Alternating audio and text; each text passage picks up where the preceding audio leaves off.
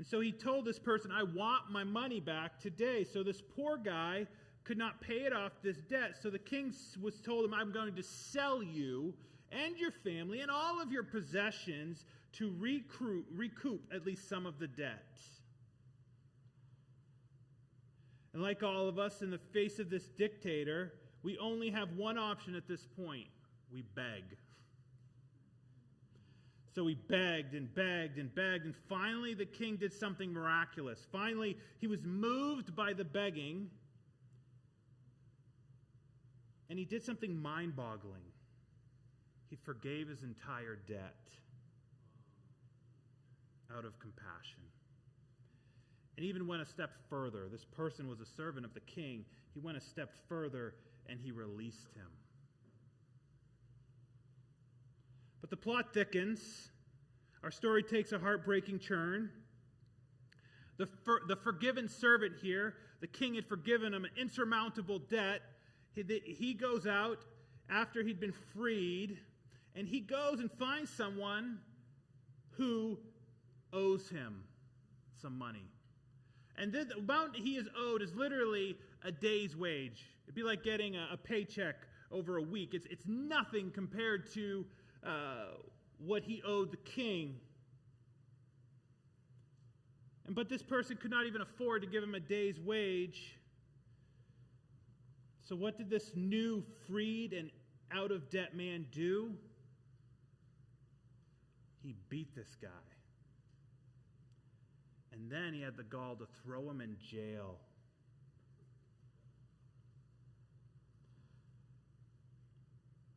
But there were some witnesses to this whole thing, and it got back to the king, and the king was livid, furious about what he had heard. So he found our friend, the former servant, and threw him in jail until he paid off the unpayable debt. Essentially, he'd be in jail forever. This story might sound familiar. This is actually a parable from Jesus in Matthew 18. It's about the idea of forgiveness. And it's prepping kind of the idea. Forgiveness is a big idea in the Scriptures. We're going to look at Colossians 3, verse 13 today. But forgiveness is really important in the Scriptures. Last week we talked about how we can misidentify our family of Christ as an enemy. This week we're going to look at the victim's perspective. Those who've been misidentified. Those who've been hurt by someone else. We're going to look from the perspective of the victim, or those who have received friendly fire in the church from others who've been hurt by words, actions. And what's our response? Colossians chapter 3, verse 13 says, forgive. Now, we're going to talk about forgiveness. We're going to unpack this idea. But just kind of in preparation as we do, forgiveness in application is complex. It's radical.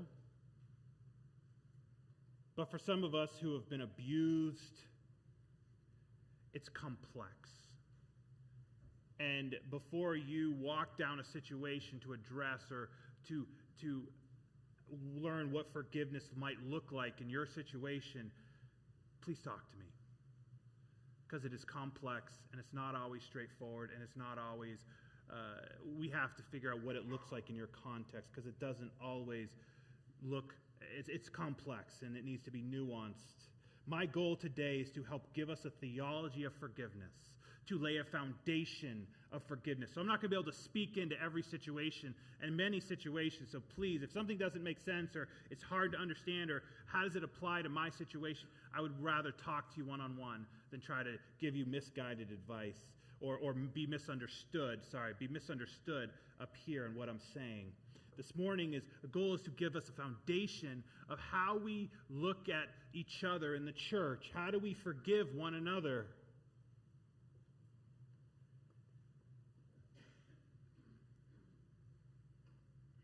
So today's question we are asking is, why is forgiveness so important?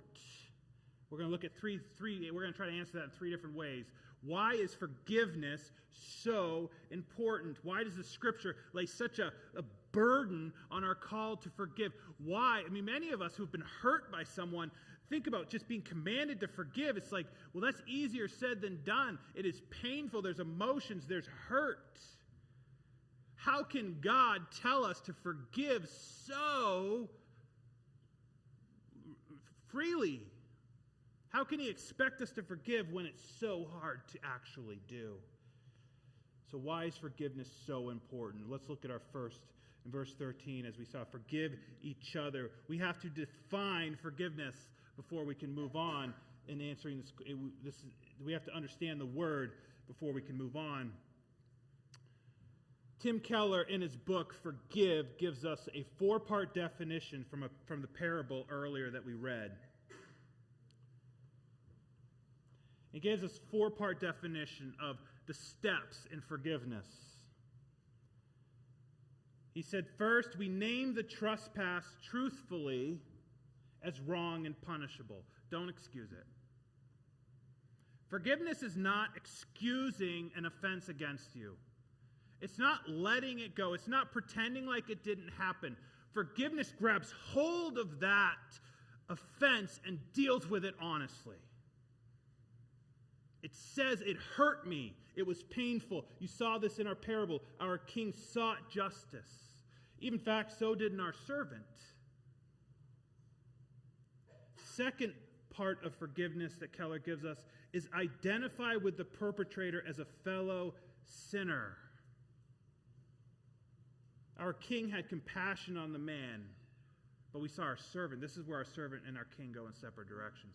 Our servant did not have compassion.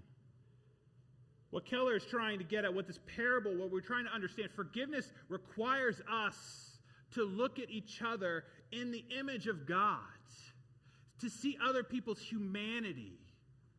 Forgiveness, so we see the injustice, yes, but then the second stage is to go, am I better than this person?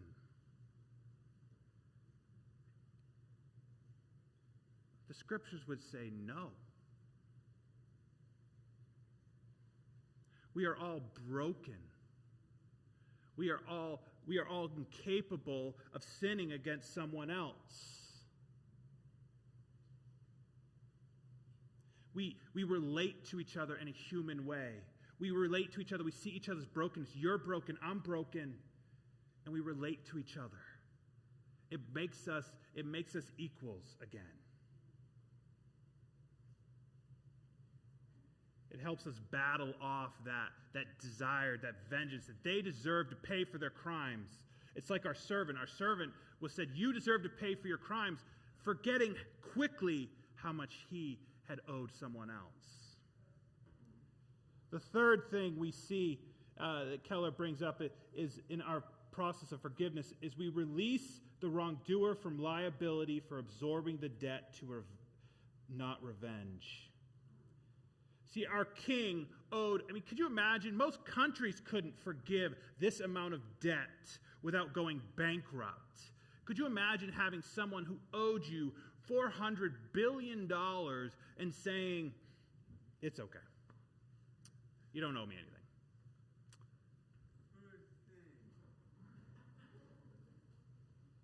He released the wrongdoer from liability.